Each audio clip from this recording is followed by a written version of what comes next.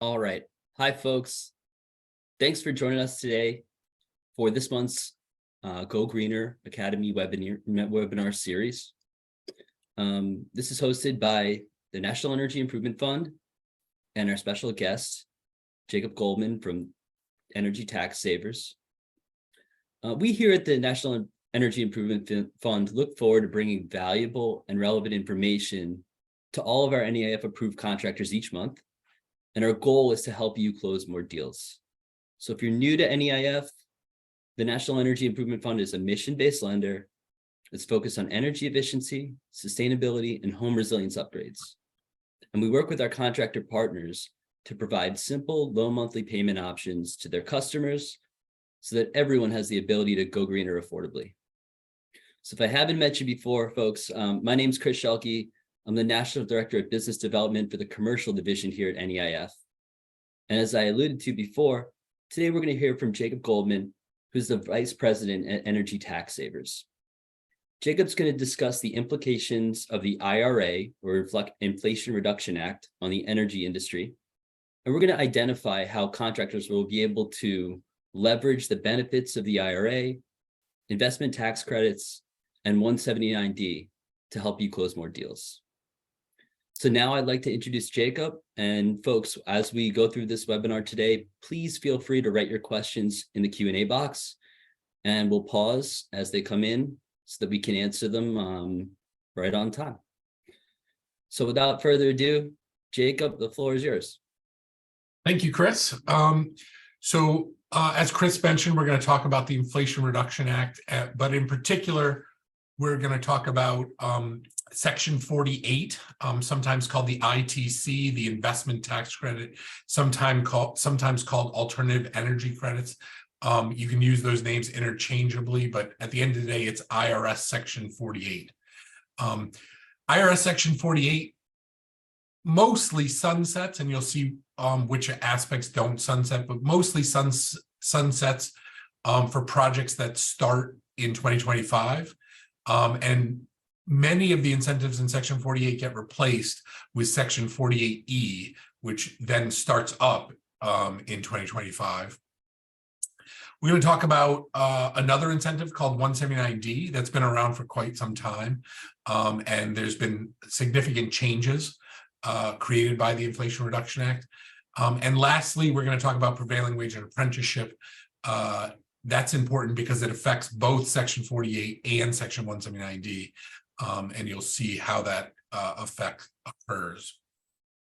But before we jump into all that, I just want to show you all the different green incentives that were in the Inflation Reduction Act.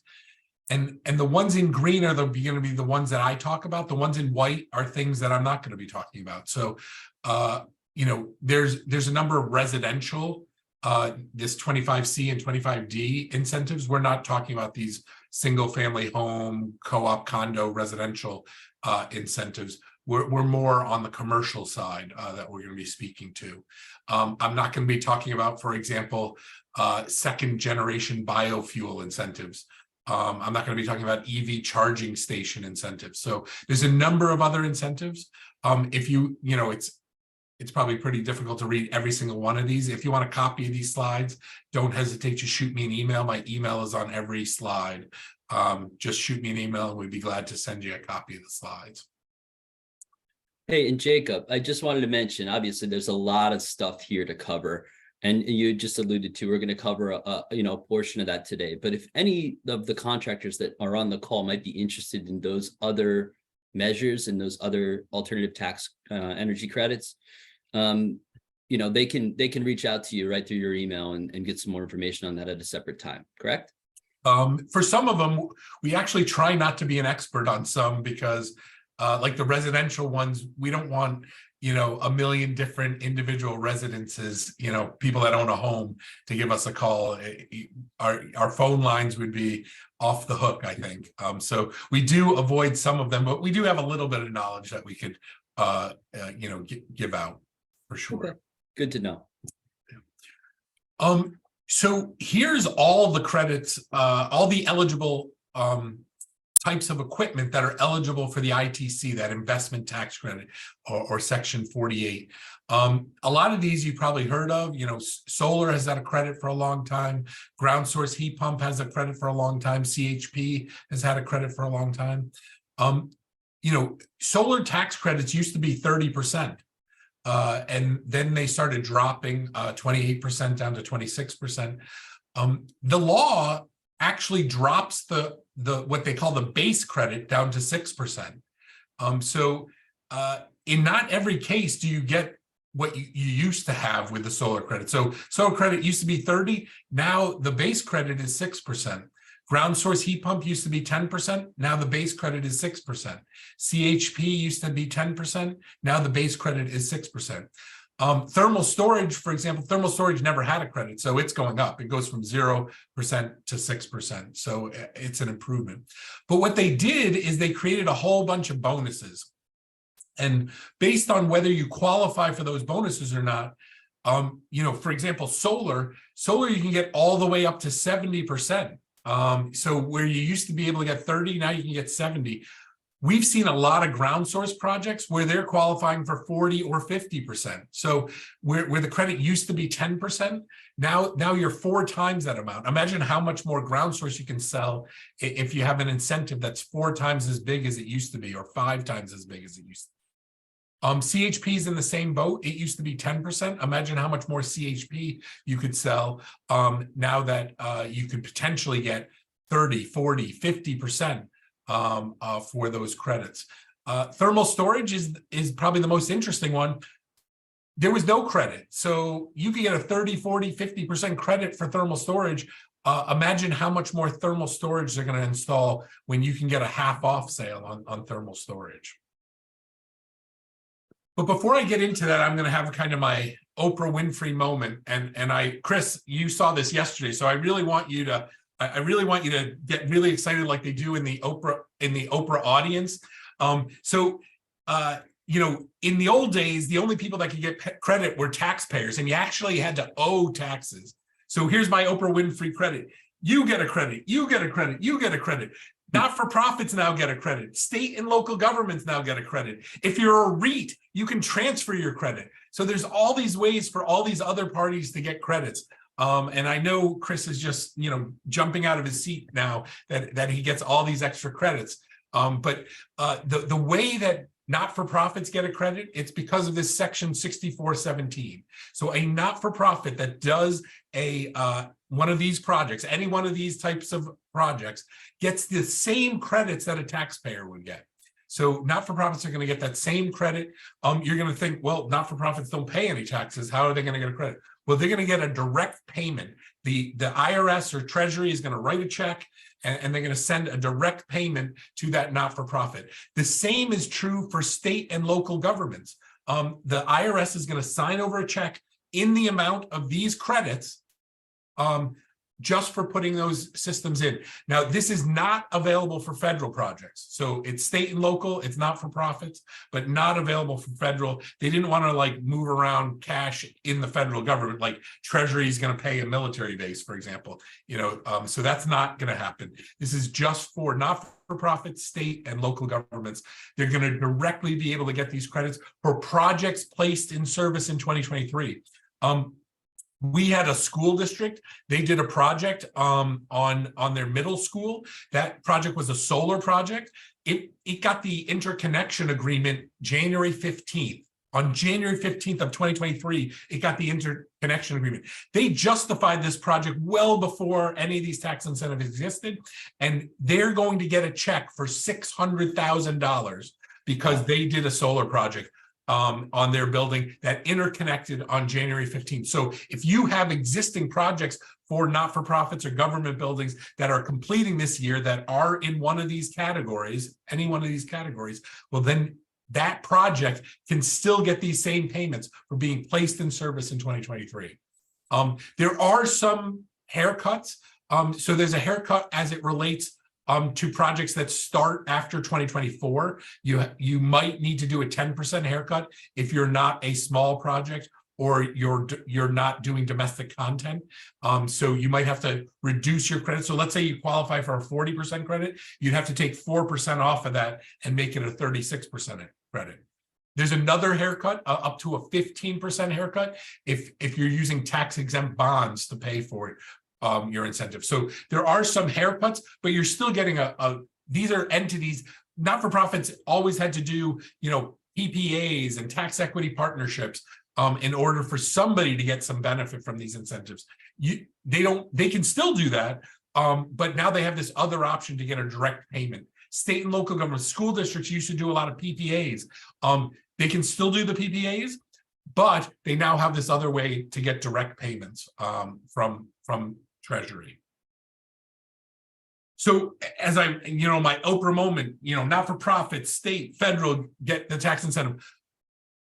You used to have to be a taxpayer. You're a taxpayer, but you also had to owe taxes, because if you didn't owe taxes, you can't take a tax credit. So if you are a for-profit business that typically owes taxes, but in this particular year you don't, you can actually sell your credit. So the credits are now going to be sellable. This is not available for government, not available for not-for-profit, but it is available for tax-paying entities that just don't have the tax capacity. They can sell their credits. Now, Georgia, for example, has film credits. And what we hear from those film credits that are sellable, they're selling for 70 cents, 80 cents, 90 cents on the dollar. So we expect that type of level of ability to sell. So you're not going to get, let's say you have a $100,000 credit, you're not going to get $100,000, but you might get 90,000, you might get 80,000, you might get 70,000. And the one category that's really interesting, and I know Chris is at the edge of his seat on this one, is real estate investment trusts. Real estate investment trusts don't pay taxes typically because they have a special way that they're created. But they're going to be able to put solar on their buildings and sell that tax credit to another party. So they just by their nature, they can't use credits, but they can now sell it, and that money comes in tax-free. So it's not income to them, and they have some issues with getting income from other areas. That comes in tax-free. And so real estate investment trusts, they don't have to do a PPA if they don't want to. They get to have direct incentives now. So it's tremendously valuable for REITs. It's tremendously valuable for those people that want to do these type of projects but don't have tax capacity, because they're going to be able to sell their credits if they want to. Yeah, this is great, Jacob. Honestly, to be able to have the ability to kind of create capital, where typically when we're working with the contractors that are on this call, they're coming to us because the facility that they're working with doesn't have the capital. So this is freeing up extra funds that they can utilize to either pay in the future or, still utilize our financing and layer in these tax credits as well to sweeten the deal and get the customer to move forward with the project. Sure, absolutely. So I've channeled Oprah a little bit. Now I'm going to channel an infomercial, because this thing's like, we have a 6% credit, but if you call right now, you can get the 5-time bonus. Well, it's not about calling right now, but if you do one of these 3 bullet items, you get the 5-time bonus. So you take your 6% credit, multiply by 5, and turn it into a 30% credit. So you too can qualify for the 5-time bonus. So what do you need to do to qualify for the 5-time bonus? So, working backwards here, the first way you can qualify for the 5-time bonus is by starting your project before January 29, 2023. If you started your project before that date, I mentioned that school district, the middle school, they started their project before January 29, 2023.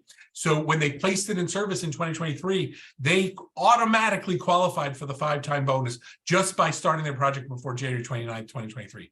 Can't do anything about that now. So if you haven't started your project, obviously you can't use this method. But if you have projects already going on that started before this date, you're grandfathered in, you already get the 5-time bonus. So what's another way? Another way to qualify for the 5-time bonus is by being a small project. And they term that in megawatts, and it's 1 megawatt. So if your solar project is below 1 megawatt, that project automatically qualifies for the 5-time bonus. So 6% times 5 equals a 30% credit. Now ground source, you don't measure in megawatts, you measure in tons. We think that means 284 tons.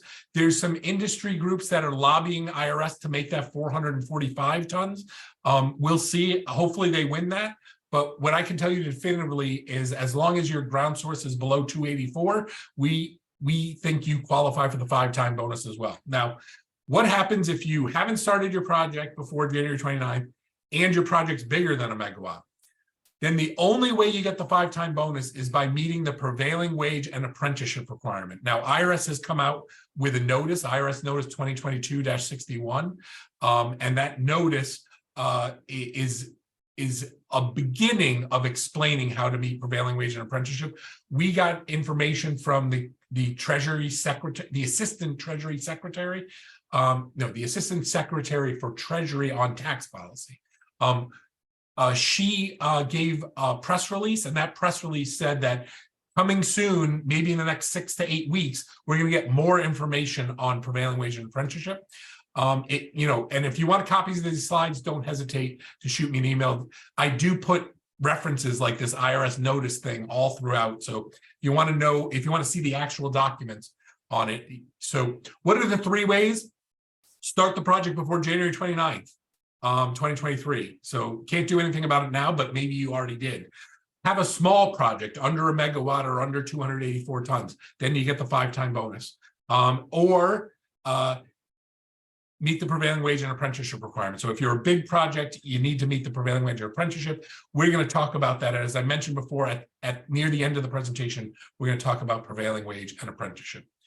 So you got the blender. We're giving you the blender, but if you ask right now, you can get the NEIF set as well. And the NEIF set is the domestic content bonus. So not only will you get the 5-time bonus, you could also get the domestic content bonus. So how do you qualify for the domestic content bonus?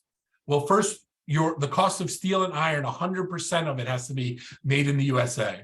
And 40% of any manufactured product has to be produced in the United States. And that gets you the domestic content bonus. Now, if you don't qualify for the 5-time bonus, maybe you're a large project and you didn't have prevailing wage, then the domestic content bonus is only a 2% bonus. So it makes your 6% plus 2% turn into 8%.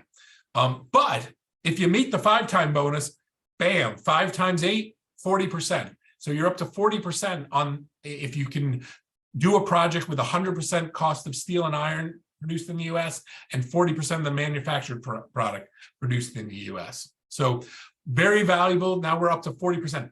So what do we know when we look at all these incentives over here? So solar, for example, a lot of equipment is offshore. It's from Asia.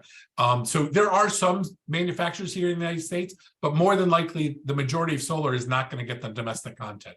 But ground source, CHP, and thermal storage, all 3 of those, there's a lot of manufacturers here in the United States. So we've seen projects already where you're getting the 40% on these projects because of how prevalent these are in manufacturing in the United States. Now, you might be asking, why are these in bold? Why do I have these 3 technologies in bold? The reason I have them in bold is because not only do they qualify for Section 48, they qualify for Section 179D, which we're going to talk about a little later. So you can qualify for both. You can double dip on your ground source, CHP, and thermal storage projects.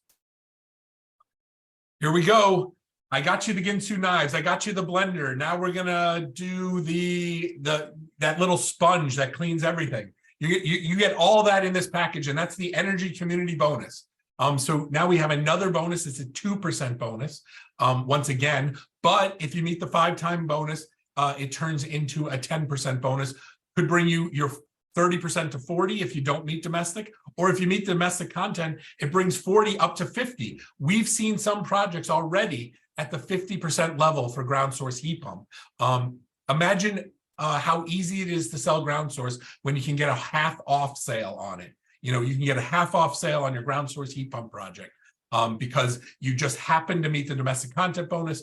You happen to be a smaller project under the 1 megawatt, for example, and then you meet this energy community bonus. So how do you meet energy community? There are 5 ways that you can meet energy community. The first way is that your project is located where a coal mine was closed in the census tract or adjoining census tract where a coal mine was closed since 2000. So that's one way. Another way you can qualify is your project is in a census tract or is adjoining census tract where a coal-fired power plant closed since 2010. So if you're in either of these locations, in a census tract or adjoining census tract, you qualify. Now, I've included some websites here. These websites map out. One's unofficial, one's official. These websites map out where these places are. What I will tell you is this official website is definitely official for these two ways to qualify. It does not include this third way, which is brownfield. I've given you another website here where you can see where brownfield sites are, but you pretty much know brownfield sites are more like much more local. So it's an actual, postage stamp, a certain place on the map, not a big area, typically not a big area. And so you'll pretty much know if you're doing a project on a brownfield site, that you would qualify for this energy community. So one of the last ways to qualify is if you're in an area with 0.17% of direct employment related to coal, oil, or natural gas, and that same area has higher than average unemployment. Okay, so this is where it's good that they provided us maps, but what I'll tell you is they haven't figured out whether the areas are, they figured out this 0.17 direct employment, but they haven't figured out what the higher than average unemployment was. So the map is not updated. This map, when we go visit it, you'll see there's some sections in blue. You do not qualify for the energy community bonus in the blue sections right now. In May, we have word from IRS that in May, they're going to update the map for the current unemployment. And as you know, unemployment changes. So the good news that we got out last week from IRS is that they're going to lock in what the average unemployment rate from May to May. So every May, they're going to say what the unemployment rate is, and that will determine if that location gets the energy community bonus or doesn't. It'll be blue or there won't be any coloring there at all. And so that'll be locked for an entire year. And then all you have to do is start your project in a year where that thing is blue. And if you start your project in a year where it's blue, you qualify for the energy community bonus. There is a fifth way to qualify. IRS is aware of this fifth way, but they don't have any way to figure out how to prove that the area is 25% tax revenue from coal, oil, and natural gas. In their notice, they actually asked the public, tell me how to get this data. I don't know how to get this data. So let's take a look at that map, what it looks like right now. So you'll see these orangish, orange is the actual census tract, and the lighter tannish orange, that one is the adjacent census tracts. So if you do a project in any of these orange or tan locations, and you can kind of see this nationwide, you do it in orange or tan, this map is good. This is an accurate map for orange and tan. And so if you do a project in orange and tan, then you qualify for the bonus, the 2% bonus, or if you meet the 5-time bonus, it's an additional 10% bonus. So if you're in one of these orange or tan, this map is an eligible map. And we give you that website right down here. It's this website right here. Now, the blue section, the blue is all the areas where 0.17% of that area's employment comes from oil, natural gas, or coal. But what it doesn't include is whether it's higher than average unemployment. That part is going to be added in May. So a lot of these blues are going to disappear. They're going to just vanish because they meet the 0.17, but they don't meet the higher than average unemployment. I don't know what the unemployment is in like Dallas, for example. I always get the sense that Texas is booming. So maybe parts of Texas will disappear from the blue because they don't have higher than average unemployment. So really it's going to come down to updating this map with the higher than average unemployment. So sometime in May, they're going to update this map, and that will be the official map from May to May. And then you'll be able to, you can zoom all the way in. So, this area right here, I don't know, Spring Grove. If you do a project in Spring Grove, Pennsylvania, then that project will qualify for the energy community. And you'll be able to zoom in all the way down on this map. And if it's blue or orange, you can find out if your project qualifies or not. So energy community bonus, great option here. So not only are you going to get one set of Ginsu knives, but we're going to give you a second set of Ginsu knives. So there is another bonus here. It's called the low income bonus. Now, this low income bonus is only available for 2023 and 2024. There's an IRS notice about it. So they did give us some guidance. It is only available for solar and wind. So you'll remember this right here. Most of these max out at 50%. Solar and wind max out at 70%. And that's because of the low income bonus. Now, this low income bonus is a little different. The other ones, all you have to do is send in your tax return, file with your taxes. The low income bonus, you have to pre-apply. And that pre-application will depend on what category you're trying to qualify for. And there is a limit to this. There's only 1.8 gigawatts available. So there is a limit to 1.8 gigawatts, and they spread it out depending on which category you qualify for. 700 megawatts for low income community, 200 megawatts for Indian land, 200 megawatts for qualified low income residential, and 700 megawatts for low income economic benefit. And depending on which category you qualify for will define your credit. So low income only gets you 10%, but these low income economic benefit is 20%. And what about the application? Well, what we've learned is that we don't know what the application guidance is. So we think that some of these are going to get oversubscribed. So there's going to be an oversubscription for these. And so we don't know how they're going to decide who gets the credit and who doesn't. It might be first come, first serve, but they'll tell us, hopefully before the window opens, they'll tell us what guidance they're going to, maybe they'll do schools over office buildings. There's going to be some guidance on who gets waiting, or is it first come, first serve, or maybe it's 1,000 megawatts apply. So they're going to divvy it up evenly for everybody get a little bit instead of everything they're asking for. So there's a whole bunch of ways it could be. That window opens up for category 3 and 4 in the third quarter. And then they mentioned that sometime after this one opens up, they'll open up the window for these two categories. The first category is the low income one. Basically, it's your census tract poverty rate is greater than 20%. And then if you do your project there and you apply, you'll get that 10% bonus. What does that look like? I got a map for that as well. So unfortunately, we have a lot of poverty in our country. So that's, it's kind of sad that that's what that map looks like for our entire country. But if you do a project in a low income community, you can apply. And my guess is lots of people are going to pre-apply for these and then decide if they're going to do the project based on how much credits they get allocated. But if you do a project in one of these areas, then you can apply. And once again, it's just for solar and wind. Now, these other categories, tribal lands, as defined by this US code, these ones, these 3 and 4 are 20% credits. They require it to be electricity used by the actual residents.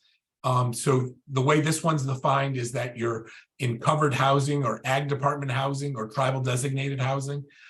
This one is just based on household income. If household income is below 200% of the poverty line, or household income is less than 80% of the area median income, those two ways will qualify that residential building to qualify for these 20% credits. So that's the last bonus. I'm not giving any more Ginsu knives out. No more special sponges or super duper ninja blenders. So those are all the extra bonuses that you can qualify for. And so what that means is, we've seen ground source projects at the 40% level, at the 50% level. We've seen CHP at the 40% level. We've seen thermal storage at the 40% level. So you put these things together and you create a very interesting economic situation where you can start justifying these projects. I'm not saying that you can do an alternative energy project and it'll be cheaper to do than a conventional project. I'm not saying that we're there yet, but you can get it a lot closer. And when you do that alternative energy project, you're saving a lot more energy than in the conventional. So your payback might be able to be justifiable. So where maybe the paybacks used to be 12 years, 11 years, 10 years, maybe you're getting down to 6-year paybacks or 7-year paybacks. And maybe you can justify your project on that. So I'm not saying it's going to put you over the hump against conventional, but it's got to come close. Like solar, imagine you do a project at a 70% credit, 70% off, you only have to pay 30% of the amount of the project. That's an incredible financial situation. And we kind of flip it on its head. Why not be a salesperson and try to find projects in energy communities that happen to be low income and try to sell projects into those areas? Because, if you can sell a project into those areas, you have this tremendous opportunity, these really high percent offs to help justify the value of those projects. So very interesting legislation, this Section 48, this investment tax credit. Now, as I mentioned, Section 48 somewhat sunsets, and it sunsets in every equipment category except ground source. Ground source got extension all the way out to 2034. So projects that are started in 2034 qualify for ground source. But all the other categories, projects have to start by 2024 or they no longer are eligible Section 48. But they are eligible for 48E. Or could be eligible for 48E. Now, 48E is slightly different. It is an ITC, but they add the words clean electricity to the front of it. So what that means to me is that CHP, combined heat and power, and microturbines, those two use gas, and they're no longer going to qualify for 48E.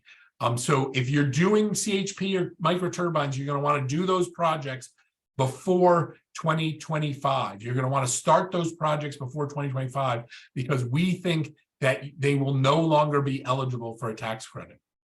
The dark green ones are definitely eligible.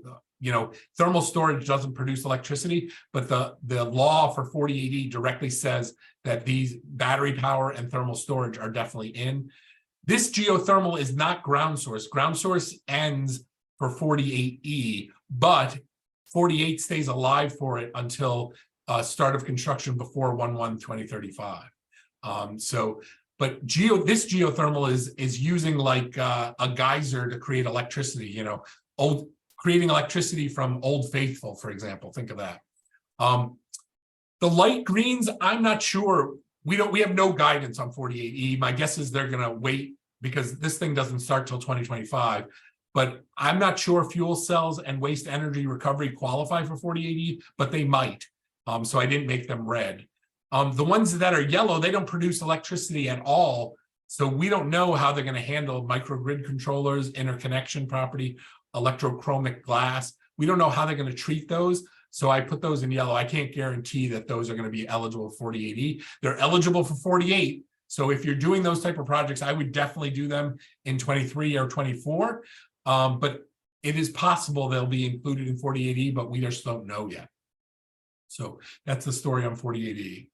Hey, Jacob, I just wanted to, before we move on to 179D, I just wanted to kind of hammer home on a point that you made that I think is really important. Folks, like typically when we're talking about financing, we're saying, hey, pitch this early and often because you don't know, this might be the right kind of avenue to go down. It might be attractive for your customer. But, Jacob, you mentioned something about, hey, going and targeting these areas where that you can get a great bonus on these alternative energy credits. I think the same thing kind of goes when we're talking about these solutions as well. Layer these in and think about these early and often. And then when you're speaking to your customer about this, you can say, hey, look, yeah, this is the cost of this project, but look at all the benefits you can do and look how much of the cost can be covered, whether it's today or in the near future when you get that tax credit back. So folks, if you're focused on areas and measures that are on this list, proactively take a stance with your customer. Hey, we always do this on our projects. We're trying to do the best for you, and layer in that solution. And if you have more questions about it, obviously you can reach out to Jacob and I, and we'll get you the right information so that you can educate your customers. Great. So that ends the tax credit portion. So if you have any questions, don't hesitate to post it in the chat or the Q&A. But that ends the tax credit portion. Chris really likes tax credits because he knows that a $1 tax credit is worth $1. But now we're switching over to tax deduction. A $1 tax deduction, unfortunately, doesn't equal $1 in your pocket. You have to know what your tax rate is. So let's say your tax rate was 30%, a $1 tax deduction is only worth 30 cents to you. So Chris definitely prefers the credit, but why not take the 30 cents if you qualify for it also? So both are good, but credits are better. I'll take either one, but like Jacob said, credits are better. Credits are better. That being said, 179D is a tax deduction. It incentivizes the installation of lighting, HVAC, and building envelope. It's been around in the tax code since 2005 for projects placed in service in 2006. If you're a commercial building owner, you can actually go back and still get that tax deduction all the way back to 2006 for your projects. Now, there's one special clause in 179D that and this is historically, if you were the designer of a government building, then you could also get this tax deduction. You'd be the only party that could get the tax deduction for that government building. So designers of government buildings were able to get this tax deduction. And you'll see that starting in 2023, designers of other types of buildings also qualify for that tax deduction. And we'll give you specifics on that in just a slide or two. But designers can't go back to 2006. They can only go back 3 years. That's the amendment window. So 2019 projects are rapidly closing depending on when you file that 2019 tax return. But 2020, 2021, 2022 projects, designers can still go back and get those tax deductions if they didn't remember to get their 179D tax deductions for those projects. Energy Tax Savers has been doing this since 2006. We've completed 16,000 buildings in our country and helped the building owner or the designers of the buildings get that tax deduction on their tax return. So what are the changes to 179D? So the first is the changes only go into effect 1/1/2023. So anything I'm about to talk about does not relate to your 2022 projects. It only relates to your placed in service projects in 2023. So the first one, I kind of alluded to it, is the designer can now get the tax deduction for not-for-profits, instrumentalities, and Indian tribal governments. The only party that can get it for government, not-for-profit, instrumentalities, and Indian tribal, the only party that can get it is the designer. They're the only ones that are allowed to get that deduction. The deduction levels have changed. So if you're familiar with 179D, it used to be $1.80 per square foot, 60 cents for lighting, 60 cents for HVAC, 60 cents for envelope, adds up to $1.80. They increased it by inflation. So in 2022, it was $1.88. But all that partial lighting, HVAC, envelope, 60 cents for lighting, that's gone away. It's more holistic now. So if you do a retrofit in a lighting project, we have to model that building using the actual HVAC, the actual envelope, and the new lighting. And that has to be 25 to 50% improvement to get the new savings. Unfortunately, they lowered the deduction. So it used to be $1.80. Now it's 50 cents to $1. But if you meet the prevailing wage requirements, we get the 5-time bonus. So 50 cents turns into $2.50, $1 turns into $5. If you're at a 25% improvement level, you get the low end. If you're at a 50% improvement level, you get the high end. If you're anywhere in between, you're in between. But unfortunately, there's no more lighting only, HVAC only, envelope only. We have to model the entire building, whether you did a project on that part of the building or not. And the entire building has to show a 25 to 50% improvement against a reference standard. Retrofits have a couple ways to qualify. They can do that energy modeling, where we're modeling your building against an ASHRAE building, or they now can use EUI, energy use intensity. If you've heard of Energy Star Portfolio Manager, it calculates your EUI. You get the EUI before your project, your EUI after your project. You compare the two, 25% improvement gets you the minimum, 50% gets the max. Anywhere in between, you're in between. You used to be able to only get a deduction once for the life of the building. Now, every time you do a project every 3 years on a commercial building, you can get a new tax deduction.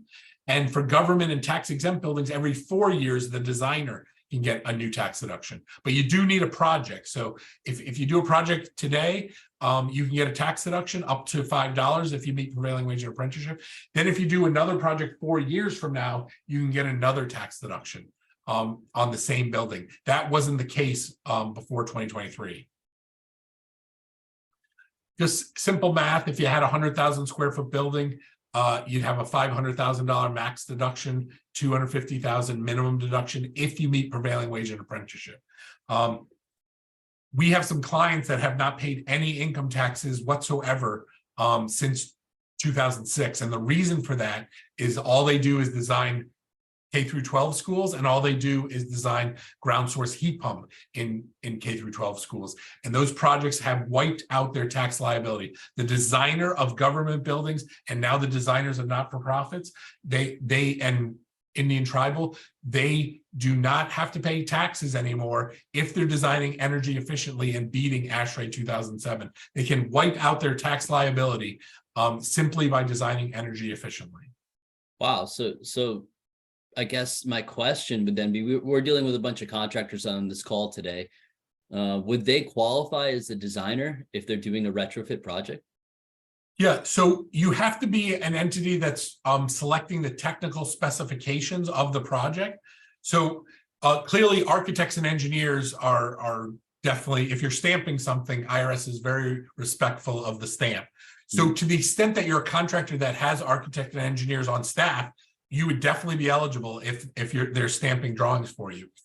If you're a GC, if you're the general contractor and you sub out to architects and engineers, there was an IRS memo that came out in 2018, and they said, like, if you were a contractor and all you did was install, and separately there was an architect contracted with the building owner or an engineer contracted with the building owner, the architect and engineer were eligible, the contractor was not eligible. The example they didn't give, though, is where there was a GC that hired the architect and engineer. What I would tell you in that situation is the architect and engineer are definitely eligible, but we feel that the GC is also eligible because ultimately I believe they'd be responsible for design issues. I believe, worst case scenario, let's say there was a design failure, who is the building owner going to sue? They're going to sue the only person they have a contract with, which is the GC. They'll probably also sue the architect and engineer, but I think they would, the building owner would hold responsible all parties. And so we think the GC is eligible in those situations where they're the only contract with the building owner. So it could be the GC as well. Okay. Typically what we're seeing with a lot of the contractors we work with, from time to time, they might engage, especially in a more, highly intricate retrofit solution that they're doing. They might engage an architect or an engineer to help them get the stamps. But typically, especially if we're doing like a lighting job, the contractors that are typically on the call, or folks that we're working with, are making the technical distinction of what product goes into that building to make it more energy efficient. So hopefully in that case, they would be designated as the designer of this new system. In those times where there's no architect or engineer involved and the contractor is the only one making the decision on what gets installed, they're definitely the designer. Great. No question. Well, typically we're looking at how can we soften costs of the project, but this is another value add in how we can potentially help our contractors, just a different avenue, right? Absolutely. Yeah. So government, we're talking about all government buildings. For not-for-profits, 50% of the 50% of the stock of hospitals is not-for-profit. All those religious institutions, those private schools and private universities, the designer is the only party that can get these tax deductions. So tremendously powerful legislation, all because of the IRA. The IRA created this addition of the not-for-profits. So back to commercial projects. So for commercial projects, this is a tax deduction instead of depreciation. So where you normally would depreciate something maybe 39 years, you get to take an immediate tax deduction if it's part of the lighting, HVAC, and envelope. And as I mentioned before, commercial buildings can go all the way back to 1/1/2006. And where this really works out well is for commercial new construction and also any sort of residential that's above 3 stories. They can do new construction or retrofit residential. Where it doesn't work out great is commercial non-residential retrofits, okay? The reason for that is because what is 179D? 179D is a way to accelerate your depreciation, take a deduction now instead of 1/39th a year for 39 years. And if you're doing a retrofit and you're a commercial non-residential building, there's a number of different ways to help write off the cost of that project. Things like QIP, bonus depreciation, repair regs, and something called Section 179, which is definitely different than 179D. So there are other ways for retrofits on a non-residential building to qualify, and therefore we don't see, and this came out in 2017, we used to see a lot of commercial retrofits before 2017, but when this law came out, a lot of that business disappeared because there's all sorts of ways. I'm not saying every non-residential retrofit qualifies for these other ways, but most do, and therefore they, in general, they don't need us to get them 179D because they have another way to accelerate their depreciation. So let's talk about prevailing wage and apprenticeship. So in order to get the 5-time bonus for 179D, to get the 5-time bonus for large projects for alternative energy, ITC, you have to meet the prevailing wage and apprenticeship requirements. So how do you find out what the prevailing wage is for your project? Well, you got to go to this website, www.sam.gov. Go to the website. You'll put in the location of your project and the type of project, and it'll list out all the trades and what the appropriate prevailing wage is for each of those trades. Now, on occasion, there's a certain trade that you're going to be hiring that isn't on the website, in which case you have to get a wage determination. And the way you get a wage determination is by sending an email to this email address right here with all this information. You need to provide this information, and then they'll send you back a wage determination, and then you'll have to pay those installers that determination. And this is not just your employees, it's any of your subs as well. So if you have a subcontractor, all the subs, your employees, for all this, you have to meet these prevailing wage requirements if you want the higher incentive, if you want the 5-time bonus or the $250 to $5 on 179D. You're going to want to keep records that prove that you qualify. Certified payroll is a great way to go. Certified payroll has a lot of the information needed. What I think it might be missing is there's some apprentice journey worker ratios that you need to keep track of. So you might have to keep track of that in addition to certified payroll. And the reason is apprentices have to make up 12.5% of the total labor hours of a project. If the project started here in 2023, but if it started in 2024, it's 15% of total labor hours. So you're gonna have to be keeping track of the apprentices' labor hours and the non-apprentices' labor hours to be able to do this calculation. But not only that, but on a daily basis, you have to meet an apprentice to journey worker ratio. And so where do you get this ratio? You have to get your apprentices from a registered apprenticeship program.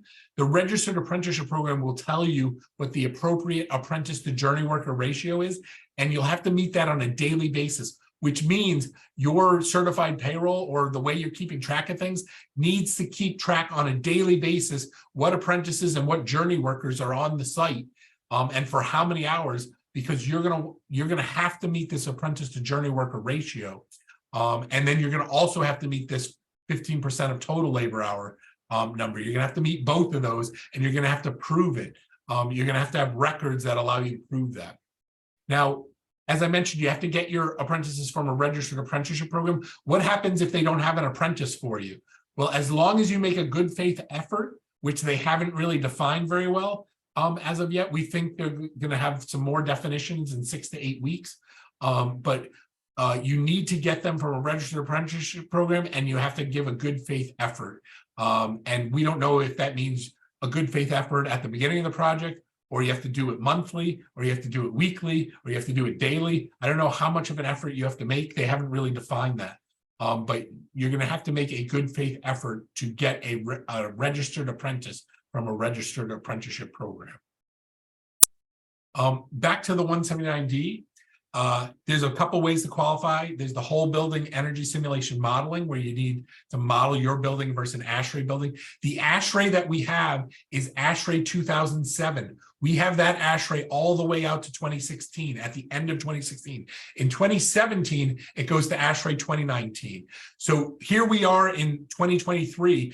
The equipment is a lot more energy efficient than the equipment that we had in 2007. So a lot of projects will qualify because we get to compare against 2007, but we're here sitting in 2023. Retrofits, as I mentioned, it's the EUI method using Portfolio Manager. And as I mentioned before, no individual systems. We can't qualify lighting alone. We can't qualify HVAC alone, envelope alone. You can do only a lighting project. That's fine. But when we model your building, when we do this energy simulation model, we have to model the building as it is after your project. So that's new lighting, old HVAC, old envelope. If that's 25% better than 2007, then we're good. Then you qualify. These are the technologies that we tend to see qualifying. Ground source, thermal storage, combined heat and power, they're all here. And you can double dip. You can get ITC for it, and you can get 179D. You can get both for these technologies. As I mentioned before, what typically works, so designers of government and tax exempt, it doesn't matter if it's new construction or retrofit. Residential greater than 3 stories, doesn't matter if it's new construction or retrofit. For commercial, it's mainly just new construction that qualifies. So that's usually where it qualifies. With that, I open it up to questions. So don't hesitate to ask any questions, and don't hesitate to reach out to Chris. If you want copies of these slides, my email address is here, jacob.goldman@energytaxsavers.com. Glad to send you copies of the slides. This is being recorded. Chris, is it going to be posted on the website? How do people see the recording? Yeah, typically, folks, we post this a few days after we get done with the presentation. And in the meantime, if you've got an opportunity where you really want to learn more about this, you can reach out to us. If not, we'll have on our website, we'll have this information along with future modules of our Go Greener training academy. So folks, you can always look there to get this info, and we're looking forward to next month's presentation as well. So I'm going to pause right now. Folks, I don't see any questions in the Q&A. If you have any, feel free to jump in. We'll give it a minute here.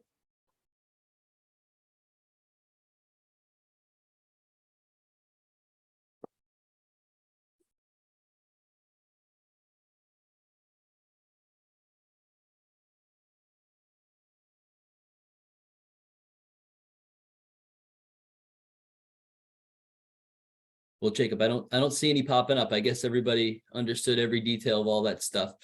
But folks, if you didn't, obviously you can reach out to us. We're looking forward to presenting all this information to you in a digestible way and helping you present that to your customers so that you can close more business. That's what we're all about here. So that being said, really thank you, Jacob, for joining us today. Really valuable information.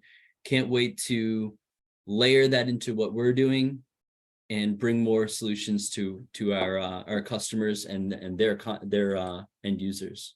Great, and thank you for having me, Chris. It was very enjoyable these last 2 days. So thank you. Anytime. All right, folks, thanks for joining. We'll talk to you soon.